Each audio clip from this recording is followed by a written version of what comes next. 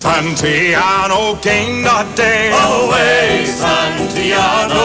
Ah, Santillano gained a day. All on the plains of Mexico. Mexico, Oh, Mexico. Away, Santillano. ah, Mexico Is a place I know. All on the plains of Mexico. Skipper likes whiskey, the maid likes rum. Away, Santillano. The crew likes both, but we can't get none. All on the plains of Mexico. Mexico, Oh, Mexico. Away, Santillano. ah, Mexico Is a place I know. All on the plains of Mexico. Times is hard and the wages low. Away, Santillano.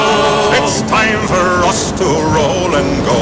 All on the plains of Mexico. The year is 1846. The United States is a young nation, barely 2 generations old. It is a time of economic and territorial expansion. The spirit of manifest destiny rules the day, and President James K. Polk wants more new territory for the U.S. There is disagreement over the newly annexed territory of Texas, and the United States has just declared war on Mexico. Among the U.S. naval ships blockading the Mexican port of Veracruz is the U.S. Brig Somers, a ship with an ominous reputation. An unlucky ship. Some say a cursed ship.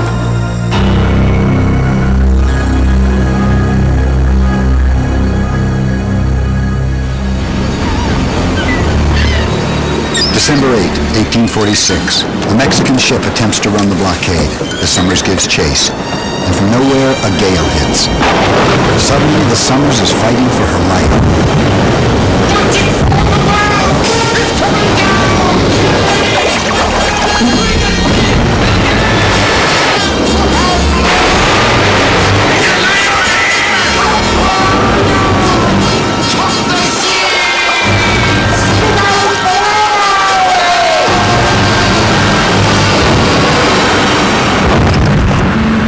The U.S. Brig Somers, assaulted by the sea, capsized and sank in less than 10 minutes. 2 weeks later in New Orleans, the front page of the Daily Picayune broke the news. Wreck of the U.S. Brig Somers, great loss of life. Did this news from the Mexican War at last end the star-crossed history that surrounded the Somers? A history of mutiny and murder, hangings and haunting ghosts, Herman Melville and Billy Budd. It is a story of court-martial and controversy, suicide and disgrace, the founding of the U.S. Naval Academy and of a national college fraternity, an account of bitter war and international cooperation. All of this is the Somers story. And so it was for over 140 years. This tragic ship lay forgotten on the ocean bottom until 1985, when brothers George and Joel Belcher led an expedition to Veracruz in search of the shipwreck of the U.S. Brig Somers. In 1846, the Brig Somers was assigned to the U.S. Navy's home squadron during the opening months of the Mexican War. The last captain of the Somers was Lieutenant Commander Raphael Sims from Mobile, Alabama. He was destined to become a great hero in the Confederate Navy during the Civil War, but in 1846, he knew only the grim, bitter burden of command. Sir, it becomes my painful duty to inform you of the loss of the U.S. Brig Somers, laid under my command, and the drowning of more than half her crew. The details of this sad catastrophe are briefly as follows. After having been 45 days maintaining the blockade of Veracruz,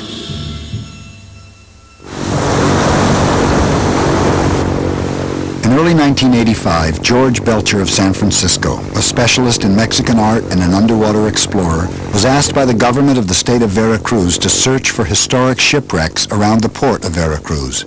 As part of a project to locate historical material for the new Veracruz State Museum, George and Joel Belcher formed a team of divers and technicians. The port of Veracruz became their base of operations. For over 300 years, until Mexico won its independence from Spain in 1821, Veracruz was the major port in Mexico for the Spanish fleet. The city's long history is dramatized by tales of Spanish conquest, pirate attacks, naval battles, bombardments, and foreign occupation.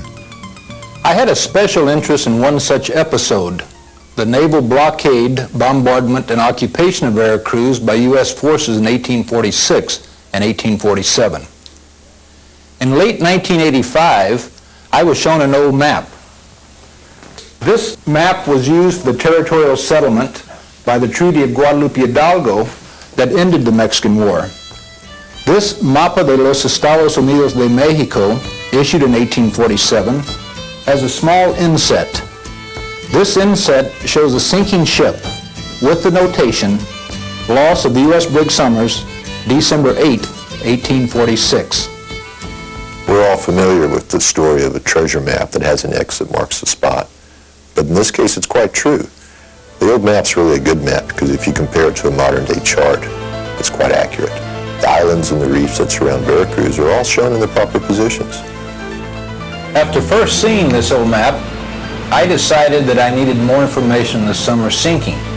I obtained part of the U.S. Navy's 1846 Court of Inquiry on her loss from the U.S. National Archives, and one of the officers aboard her stated that she sank in 17 fathoms of water, or 102 feet. And if you look at a modern-day chart, the deepest part tends to be where that early inset shows that she went down, almost due west of Isla Verde, or Green Island. It's one thing to pore over documents, but quite another to actually search for a shipwreck using an old map. The Somers was lost almost a century and a half ago, in deep water in a large ocean. Finding her would not be easy. Using the island Isla Verde as a starting point, the expedition members began the long, arduous task of physically locating the wreck. The Somers carried numerous iron objects, such as ship fittings, anchors, chains, iron cannons, iron balls. The team would use a proton magnetometer towed behind the search boat to detect the magnetic anomalies that the Somers wreckage would create on the ocean floor. Using a fathometer to locate the depth of the area of the sinking, the team streamed with their highly sensitive magnetometer, searching for indications of iron on the wreck. Some anomalies were detected and numerous underwater sites were investigated, but no ship wreckage was found. We methodically conducted a magnetometer search over a large ocean area for several weeks, and we found nothing. Why hadn't we found the Somers? I could only conclude that the old map's sinking site was inaccurate and that more information was needed. Frustrated, we all returned to the United States. I traveled once again to Washington, D.C. to do more research in the U.S. National Archives, and the more that I read about the Somers' history, the more fascinating her story became.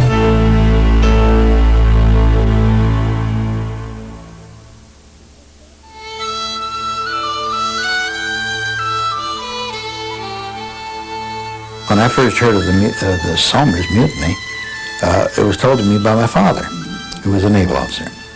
And he told me the whole story, except that he believed that indeed it was a mutiny.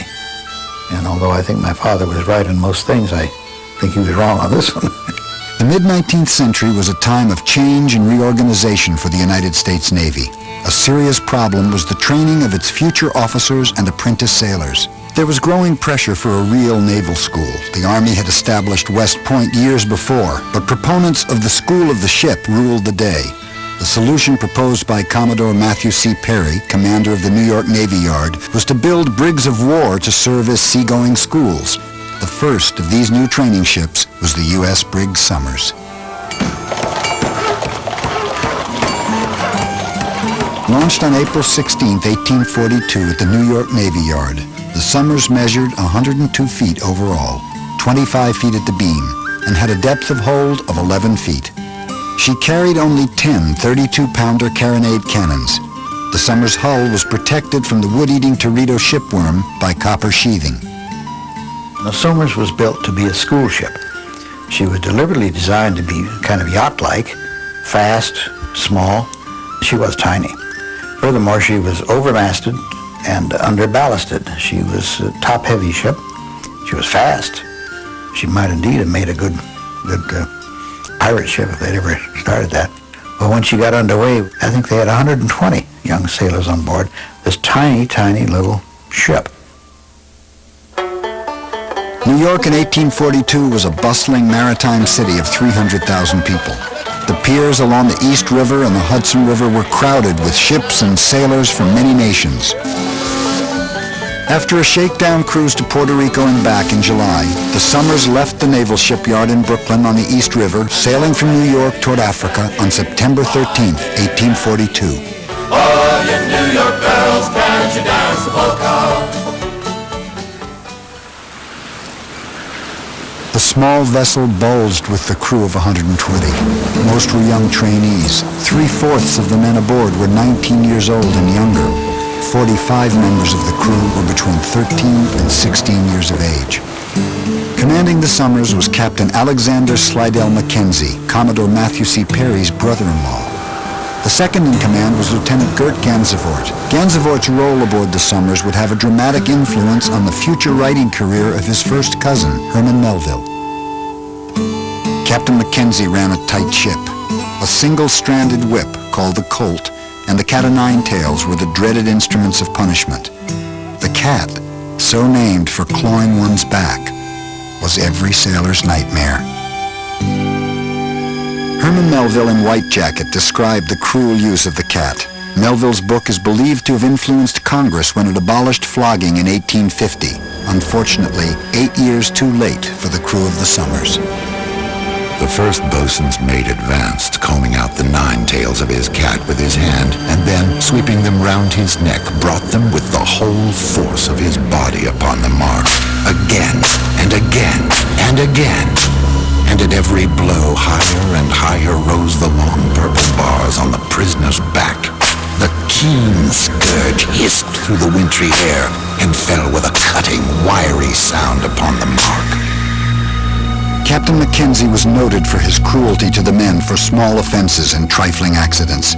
On the Somers, 43 separate floggings were logged during the first 3 weeks of the voyage. It is a statistical fact that 13, 14, 15-year-old boys were flogged 12, 24 times, heavily flogged for what strike us as very minor infractions, and repeatedly flogged for what struck people of that time even as excessive in number. Curiously enough, people who knew Mackenzie in other walks of life, and they were very distinguished often, testified to what a humane, gentle, unassuming, quiet human being he was. And yet, was it a Jekyll and Hyde kind of thing? Once he went out to sea, did he become a kind of a martinet? The logbook would later disclose that within a period of 6 months on the Somers, Captain Mackenzie ordered 2,265 lashes across the backs of mostly boys. Could such punishment drive a crew to mutiny? Aboard the Somers was 18-year-old midshipman Philip Spencer. Spencer was the son of then Secretary of War John Canfield Spencer. Young Spencer had a short but notorious naval career of drunken, rebellious behavior and brawls. The reason he got aboard the Somers was that his father was trying to, quote, make a man of him. And he sent him in the Navy thinking the Navy would straighten him out. Well, of course, just the opposite happened, but that undoubtedly was his father's hope. There was an ill feeling from the first day between Captain Mackenzie and Midshipman Spencer. Even before Somers sailed, Mackenzie tried unsuccessfully to have Spencer removed from the ship's roster. I think there was animosity between Mackenzie and Philip Spencer.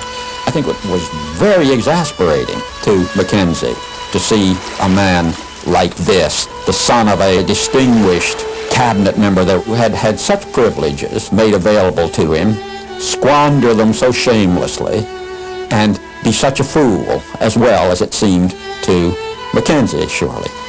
Once at sea, Spencer began to associate freely with the crew and apprentices, spending little time with the officers. He cursed Captain Mackenzie behind his back, calling him a damned old granny and a damned old humbug. Spencer would do silly things. He had a way, this seemed to annoy Mackenzie extravagantly, he had a way of throwing his jaw out of whack and making songs to amuse the crew. So he would stand there on deck, this officer, as Mackenzie would have seen him, with his mouth askew, making funny sounds. After 2 months at sea, around 8 in the evening of a moonlit night, Spencer huddled out of sight with James Wales, the purser's steward.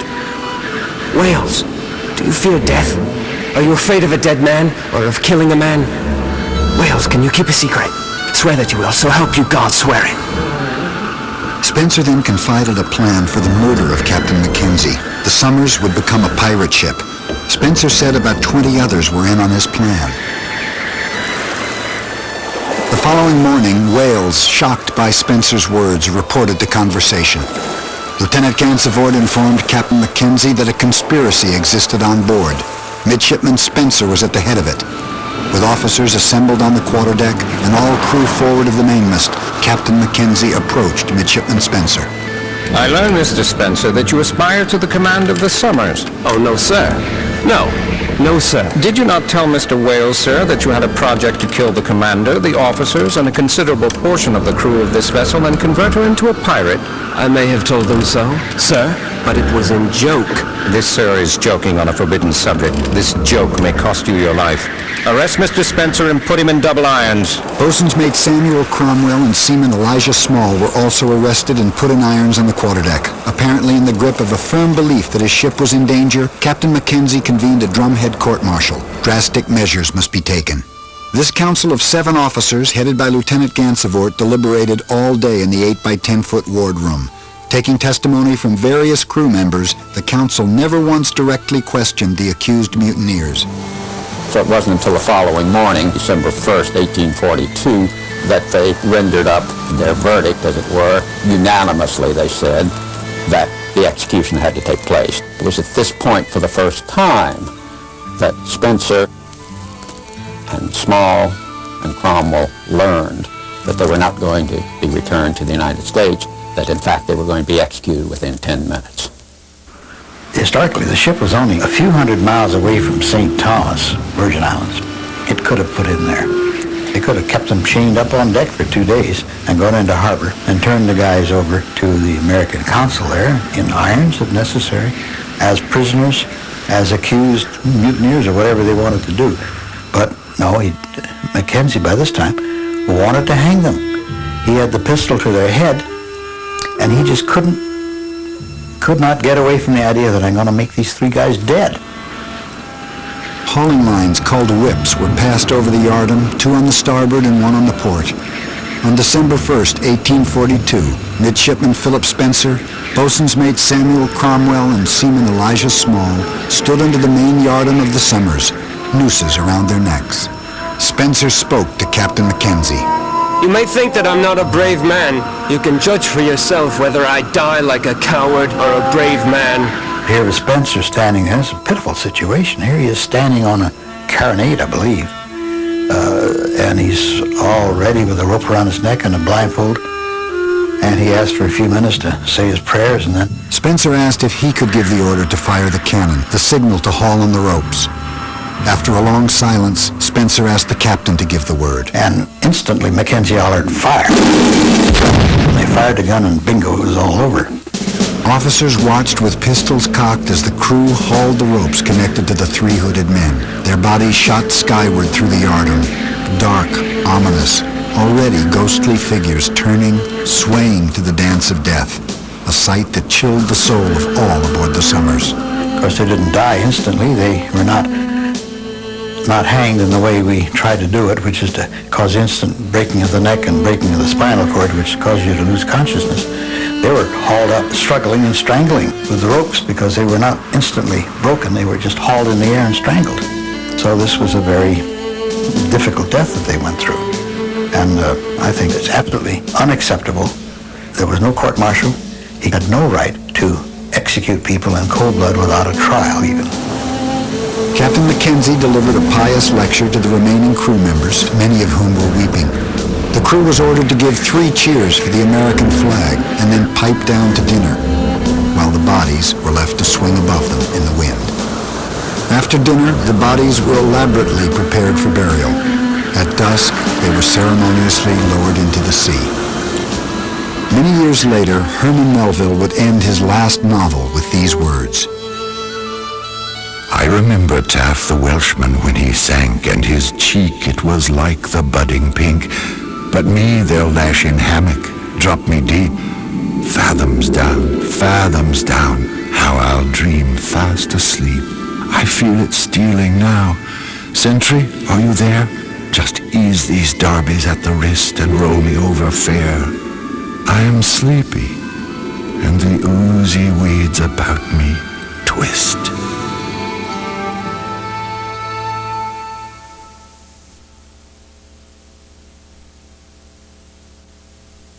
Influenced by his cousin's role as second in command of the Somers, Melville's intimate connection with the Somers story would produce one of the author's finest novels, second only to his great Moby Dick.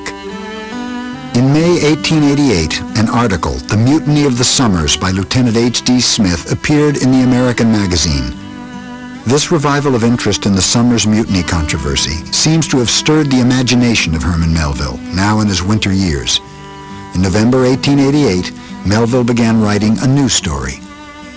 Seated at his writing desk at home in New York City, he finally concluded the manuscript of a new novel with End of Book, April 19th, 1891. When America's great novelist died only 5 months later, this manuscript was stored away in an old tin bread box. 30 years after his death, Melville's final novel was discovered by the scholar Raymond Weaver.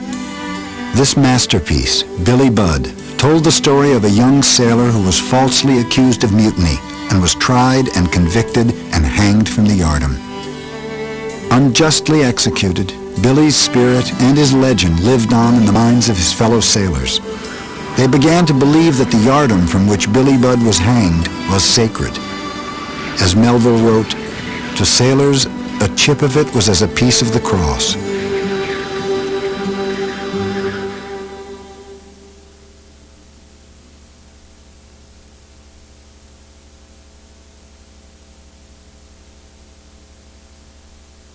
Like Billy Budd, the spirit and legend of Midshipman Philip Spencer lives on today in Chi Psi, the National Collegiate Fraternity. Here's Philip Spencer who went about to die. When sinking down beneath the waves, I shouted out, Chi Psi! Though he didn't do much with his schoolwork, he did manage to found a fraternity, the Chi Psi fraternity, at Union, Schenectady, New York, that continues to be a very successful national fraternity. Of course, they think very well of Philip Spencer, the founder of their group, their fraternity. They think he was unjustly punished, and it's hard for me to believe he deserved to hang. Oh, here's to Philip Spencer. Spencer was described by contemporaries as a talented young man, very quick to learn. He mastered Greek and Latin, played the violin fairly well, and spoke good Spanish. He was a great reader of sea stories, especially about pirates. He took great delight in the initiations, grips, signs, and passwords of the secret fraternity he helped found, always trying to make them more mysterious and impressive. Spencer obviously had some kind of an imagination. He clearly was unfit for naval service. He was probably unfit for most civilian pursuits. But he did have an imagination. He had an education. He might conceivably have become a writer, might have been even a successful, good writer. And what happened to him, of course, was tragic. He was cut off at the beginning of his life, really. Chi Psi members believe that Philip Spencer, the martyred hero of their fraternity, was murdered aboard the Somers, killed because he would not reveal what may have been fraternity secrets written in Greek inscriptions found among his papers. These inscriptions were used as evidence against him for mutiny, for they supposedly listed Spencer's co-mutineers and those who would be killed if the mutiny had taken place. The strong circle of friendship among Chi Psi members that resulted from Spencer's death is believed to have helped the fraternity grow in the 19th century. Honored as a founder, Philip Spencer's portrait still hangs in the Union College Library. So fill your glasses to the brim and drink with manly pride. Humanity received a blow and Philip Spencer died.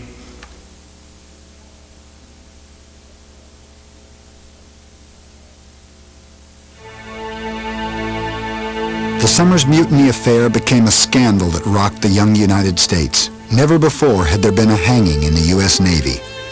Publicity was certain, for Captain Mackenzie had just hanged the son of the Secretary of War. In early 1843, Nathaniel Currier, founder of the famous lithography house of Currier and Ives, issued this lithograph showing the men hanging on the Somers.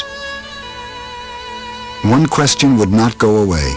Was Captain Mackenzie guilty of the murder of young Midshipman Spencer and the two other hanged men? The Navy hastily called a general court-martial. Mackenzie was given long opportunities to justify his action, and of course he generated sympathy because all the naval officers had had occasions when they had difficulty with their crews, and of course, in effect, the Naval Club closed around him. In this highly publicized court-martial aboard the USS North Carolina, Mackenzie, charged with murder, was cleared just barely. Not proven was the verdict. Until the assassination of President Lincoln, no trial would shock the American public more. Could there have been a cover-up? Did the Navy protect one of its own? Captain Mackenzie was a member of an influential Navy family. Two of the officers from the Somers who testified at the trial were his nephews, the sons of Mackenzie's brother-in-law, Commodore Matthew C. Perry. My personal opinions about whether there really was a mutiny would probably come down to this. I don't doubt for a minute that Philip Spencer was a very unhappy young man. I think he was just a misguided, romantic kid, a punk, if you will, discontented, daydreaming, talking too much, sounding off. I think he had to have been called on it. But I can't imagine the necessity of hanging him. I can't imagine that the mutiny could ever have materialized. The mutiny on the Somers, as far as I'm concerned, never existed. It was commented on as the mutiny on the Somers. It was so called by the press for want of some other quick title to give it. But it was not a mutiny. No mutiny was ever attempted. It was a figment of the imagination of a captain who himself was probably not fully rational. And he, in effect, committed murder. So it was murder on the high seas. And that's my evaluation of it. Guilt and misfortune seem to have plagued the officers involved in the Somers Mutiny affair. The ship's surgeon, 28-year-old Richard Leacock, committed suicide, shooting himself aboard the Somers 3 days after Captain Mackenzie was acquitted. The second-in-command, Gert Gansevoort, took to drink and died in 1868, described as a sad wreck of his former self, always moody, taciturn, and restless. Captain Mackenzie would live only 6 more years. He died at age 45 of a heart attack, often haunted until his death by the ugly rumors of his role on the Somers.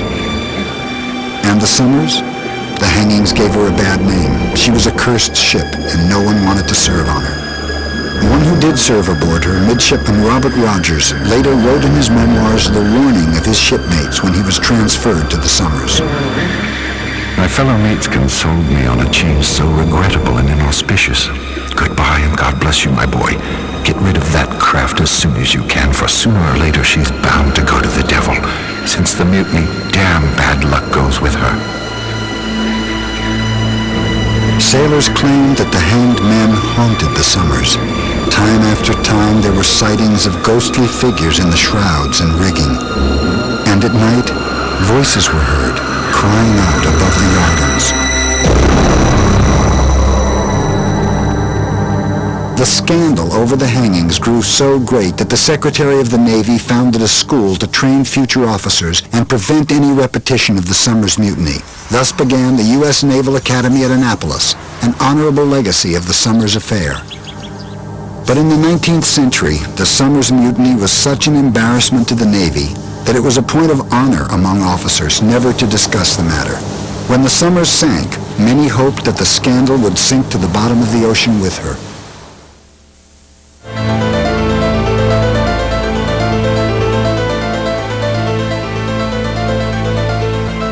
When he returned to the National Archives, George Belcher discovered Lieutenant Commander Semmes' description of the Somers tragedy. Lieutenant Parker, second in command, remarked to me that it looked a little squally to windward. Lieutenant Parker took the mainsail off her and had got the spanker about half-brailed when the squall struck us. The brig being flying light, she was thrown over almost instantly. When she was on the point of sinking beneath us, I gave the order, "Every man save himself who can." Minutes before, the crew had managed to drop the portside lifeboat, and Commander Sims had ordered it to carry crew members to nearby Isla Verde, or Green Island. In his Naval Court of Inquiry testimony, Lieutenant James Parker described exactly where the Somers sank. George had finally found the vital information he was seeking. Lieutenant Commander Sims ordered us to land the men on Green Island and to return. Green Island bearing about east and distant about 1 mile. We were at this time in about 17 fathoms of water. With this new information, I now knew that we would finally find the Somers. And at some point, all of the history that I had been learning about the Somers, from books and documents and records, began to come alive. The Somers had been a real ship, crewed by real men, many of whom had died when she died. Out of 76 officers and crew, 32 drowned. 7 were captured ashore by the Mexicans. Raphael Sims and Lieutenant Parker, both good swimmers, survived by hanging on to a floating arms chest grating. The London Illustrated News, in an article on January 23, 1847, reported that some were driven to sea to be heard of no more, and others encountered the worst fate that could be imagined in being devoured by sharks. Foreign warships, English, French, and Spanish, anchored nearby at Sacrificios Island to observe the war, came to the rescue, saving many members of the Somers crew.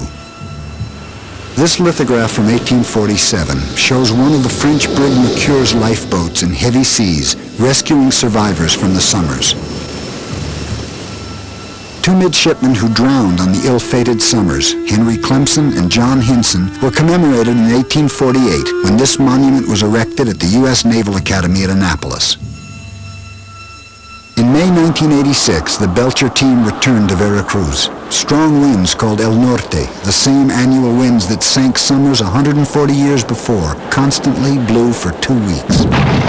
Unable to go to sea, team members began to joke that they were also victims of the Somers curse. In spite of the weather, they finally returned to Isla Verde, repeating the same search pattern, but this time adding weights to run the magnetometer line deeper. On June 2nd, the magnetometer registered an anomaly in 110 feet of water, indicating a concentration of iron objects. George and Joel prepared to dive. Ironically, the new research had led them back to the same area they had explored months before. Had they finally found the Somers?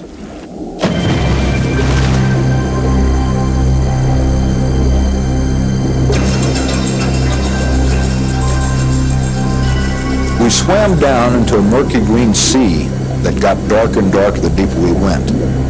It was like swimming into a tunnel. It was oppressive.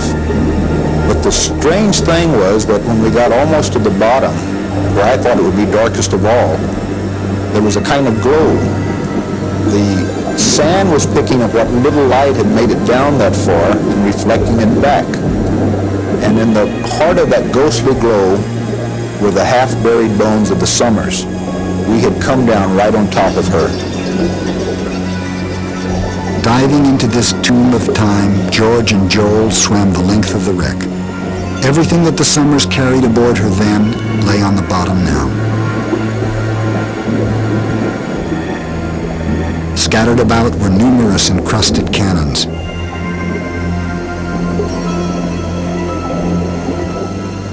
They found intact ceramic vessels and glass bottles.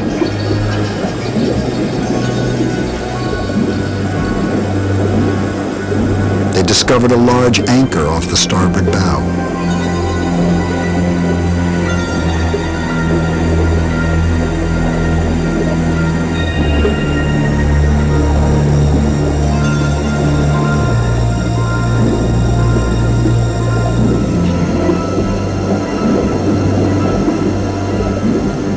Hundreds of unidentifiable encrusted objects lay in the hull of this lost ship. This was the tragic Somers, and no one had seen her in almost a century and a half.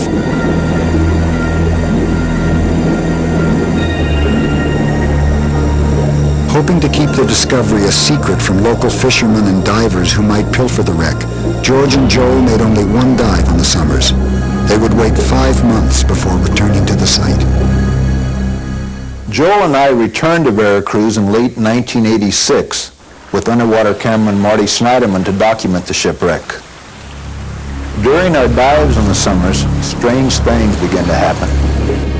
We had often talked about the Somers' reputation as a cursed ship, as a haunted ship, but suddenly when the weather would turn unusual at the strangest times, or a diver would come from 110 feet below and claim that he heard voices, or that he saw something standing on the bottom, well, we all began to consider the story of the Somers ghost and her curse a little more seriously. Intellectually, it's easy to dismiss the stories as pure legend. But when you dive on this shipwreck, the visibility is limited and the water takes on this spooky diaphanous quality.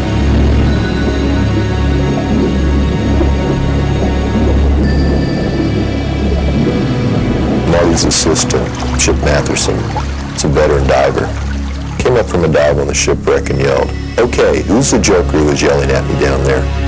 We looked around at each other because Chip had been diving on the wreck by himself.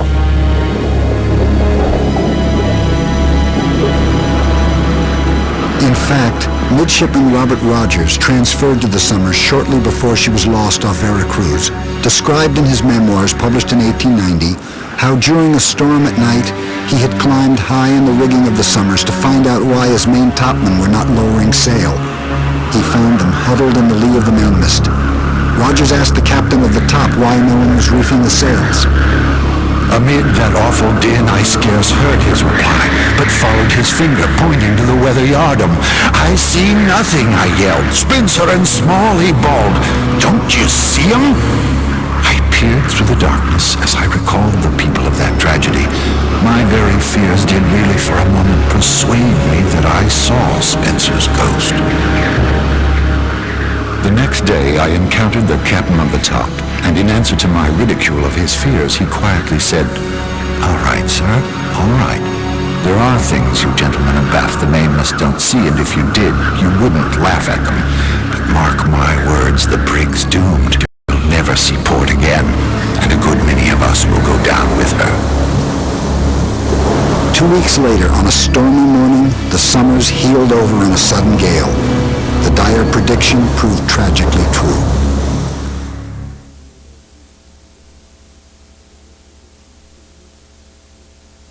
In early 1987, a friend, Dr. Mitch Markin, introduced me to Jim Delgado, who was then the chief maritime historian for the U.S. National Park Service. Both Mitch and Jim were shipwreck archaeologists, and I invited them with me down to Veracruz to dive on the Somers shipwreck. Appear on the bottom. What we're going to do, though, and what I'd like to concentrate on. After we got to Veracruz, I was really quite eager to hear about their first dive on the Somers shipwreck. How'd it go? Fantastic. That's a terrific wreck, isn't it? It sure is. It just lays there right below you. There? Oh, yeah. There's some great stuff. Woo. What do you think? Well, The Somers? there's no doubt in my mind. All right. I'll tell you, George, you drop down there, and what you got that you think is maybe a bowsprit really is the sheathing for the stem post at the bow. And what's happened is it's rotted, and the worms have gotten in and eaten the wood. So that sheathing is sort of folded over and twisted around. So it looks sort of like it could be, but Yeah, that's what we had thought initially. Yeah. It's been over as a stem post. now when we swam back, we did get to the stern post. Yeah. The lines of that hull are so sharp. So that's a definite. Oh, Great. you can really see the Baltimore Clipper style of the Somers in the lines that you see on the bottom there.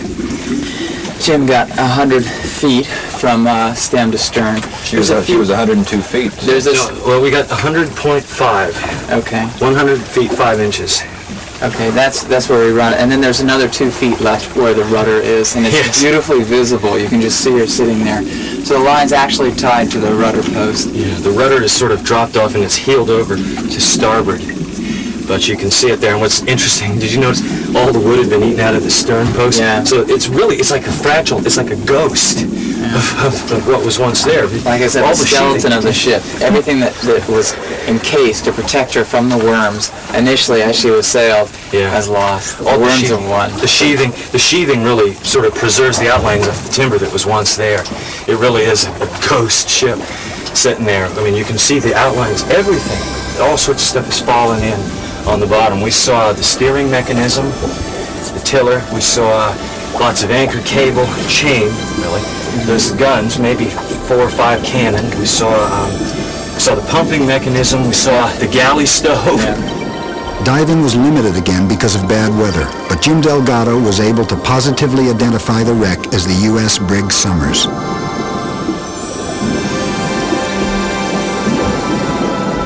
During these dives, Dr. Markin completed a preliminary archaeological survey of the shipwreck. His survey resulted in an initial mapping of the Somers site.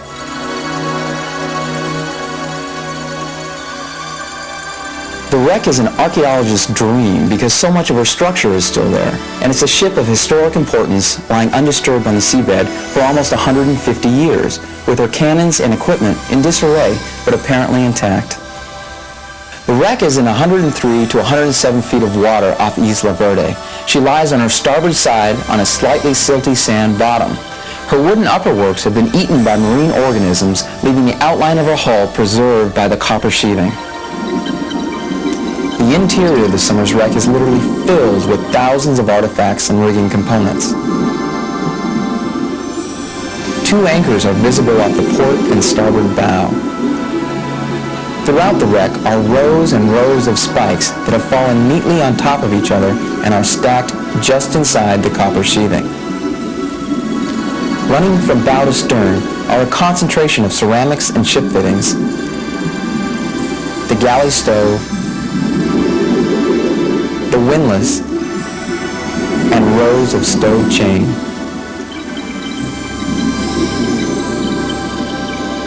Six of the 10 32-pounder carronade cannons have been located so far. This is a 32-pounder cannon and its carriage after almost 150 years on the seabed. This shows how these cannons would have looked in their original condition. Many once new articles are now so heavily encrusted with marine growth that a trained eye is required to recognize what they once were. The ship's pump assembly and steering gear were also identified, and a beautifully preserved chronometer was discovered near the stern. It is highly likely that a large portion of the Somers hull lies in the sand, and highly probable that an enormous quantity of wreck material lies under the silt off the starboard side.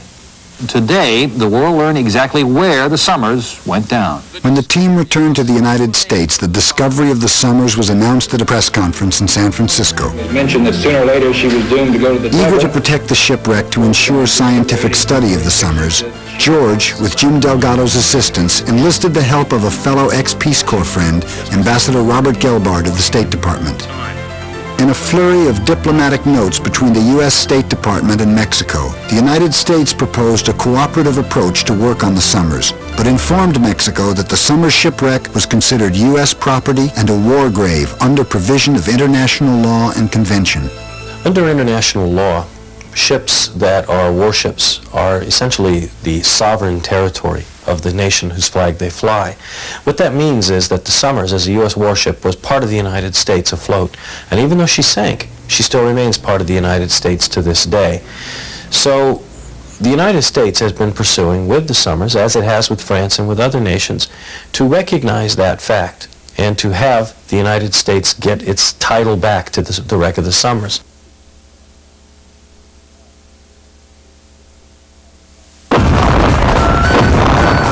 On March 9, 1847, in one of the most daring and successful amphibious operations in U.S. military history, more than 10,000 American troops were landed ashore south of the walled city of Veracruz.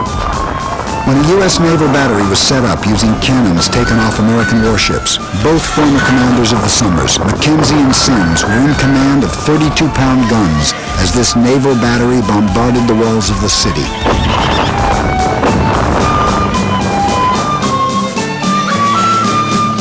The United States Army marched and fought on toward Mexico's capital in the final bloody battles of Churubusco, Molina del Rey, Chapultepec, and finally the assault on Mexico City itself.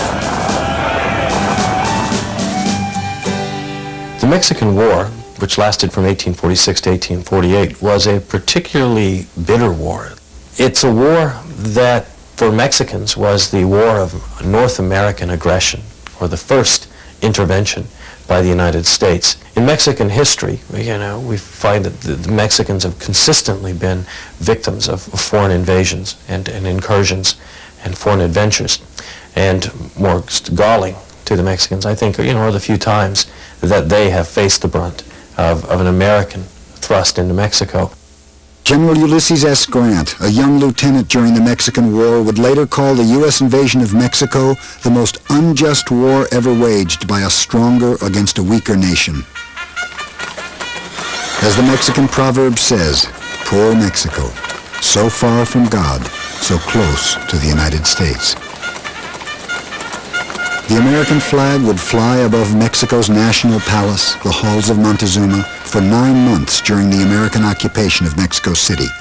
On March 10, 1848, the U.S. Senate ratified the Treaty of Guadalupe Hidalgo that ended the Mexican War. In the peace settlement that followed, the United States paid $15 million to Mexico for the territory that Mexico ceded to the U.S., land that would become Texas, New Mexico, Arizona, Nevada, California, Utah, and significant parts of Wyoming and Colorado. Mexico would lose half of her territory. For Mexico, it was a bitter and costly defeat.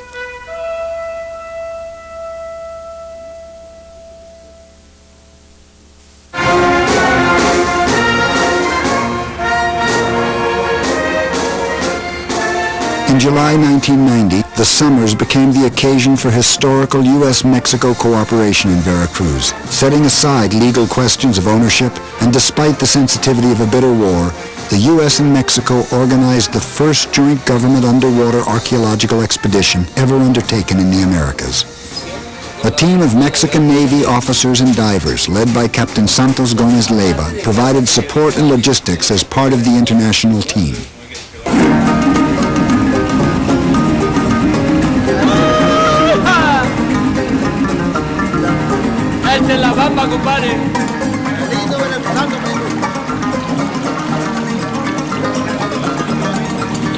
A U.S. National Park Service team led by Jim Delgado joined a Mexican team of underwater archaeologists led by Dr. Pilar Luna of Mexico's National Institute of Anthropology and History. George and Joel Belcher joined the expedition and directed the international team to the Somers site. With all of this history, and with monuments throughout Veracruz talking about the heroic defenders who died under American guns, it was all the more significant, and I think all the more touching, that we actually were able to work proactively with the Mexicans on a ship that, for many of them, epitomized this conflict. So it was a touching moment, and a rather significant one, to be working on the project and to be diving on the wreck of the U.S. Brig Somers off of a Mexican patrol boat with the Mexican flag fluttering overhead.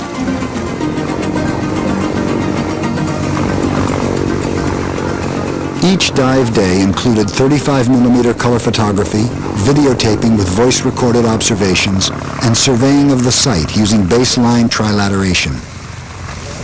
The cannons and the pump and the hose pipes and stuff, I put the ruler in the picture so you have some idea of scale. John Brooks, the U.S. National Park Service's underwater photographer, captured these images of the Somers in the limited visibility 107 feet below. Jim Delgado and Dr. Luna probed one of the 32-pound carronade cannons and discovered that it was loaded and ready to fire when the Somers capsized. They also discovered a fine porcelain dinner plate that Lieutenant Commander Semmes may have eaten from the night before the Somers was lost.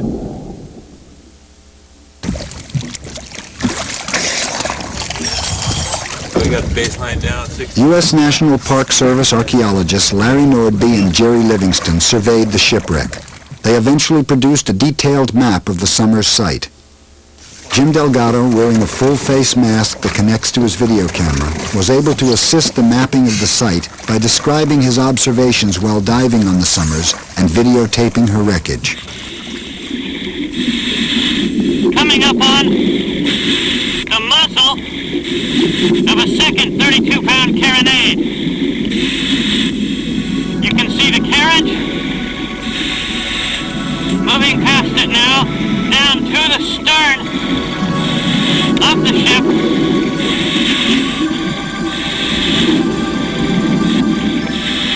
And here is the rudder, which is heeled over to starboard. You get a good idea of the angle at which the ship lies. More or less on its starboard side here, as I swing alongside. Studying ships of war is a unique and fascinating part of underwater archaeology. It gives you a chance to look at intensely focused moments in which people are literally sailing out to fight, perhaps to die. Looking at ships of war like the Somers is important because we have written records that tell us something about the ship, but the archaeological record will tell us more. It's important to take a look down there at the bottom at the Somers.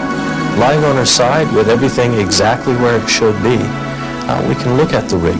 We can determine from the surviving documents and plans and what we see down there a bit more about the story of the ship, and by doing so, a little bit more about the United States at a time when it was truly coming into its own as an international power. The United States and Mexico successfully completed their first joint inspection dive on the Somers. Both countries met again in Mexico City, and plans are in progress for a more detailed scientific study of the shipwreck in the future. Our discovery of the Somers has revived an infamous, perhaps shameful, but important story of America's history.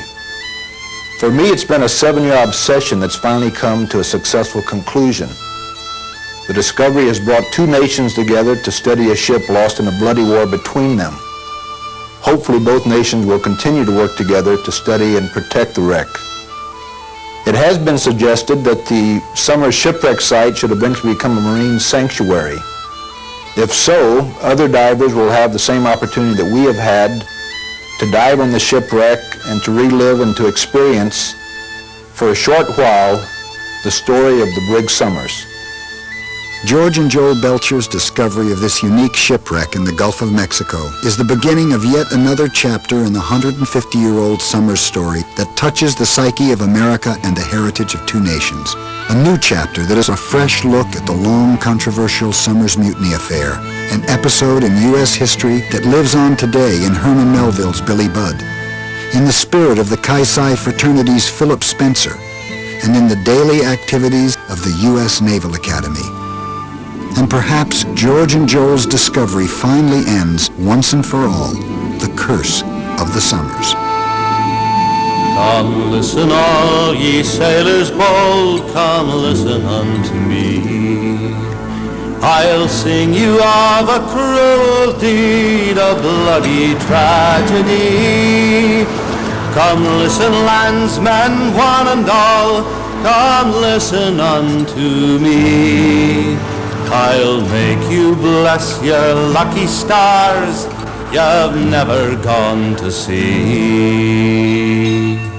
It was the Somers, graceful, swift, as trim a little brig, as e'er was modelled by shipwright or sailor's help to rig.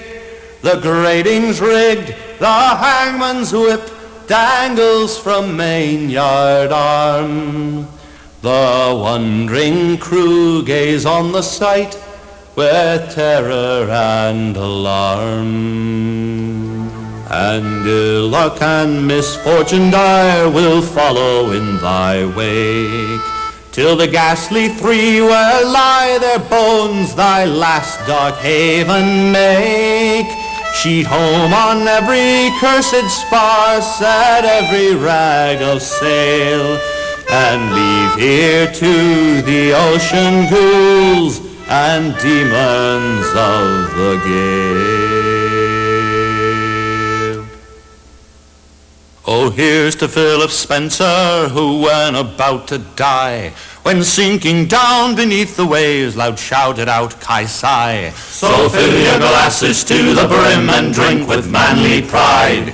Humanity received a blow and Philip Spencer died. Oh, here's to those of greater fame, martyrs of Alpha Psi. They loved the name, they died in flame, they rescued their Kaisai.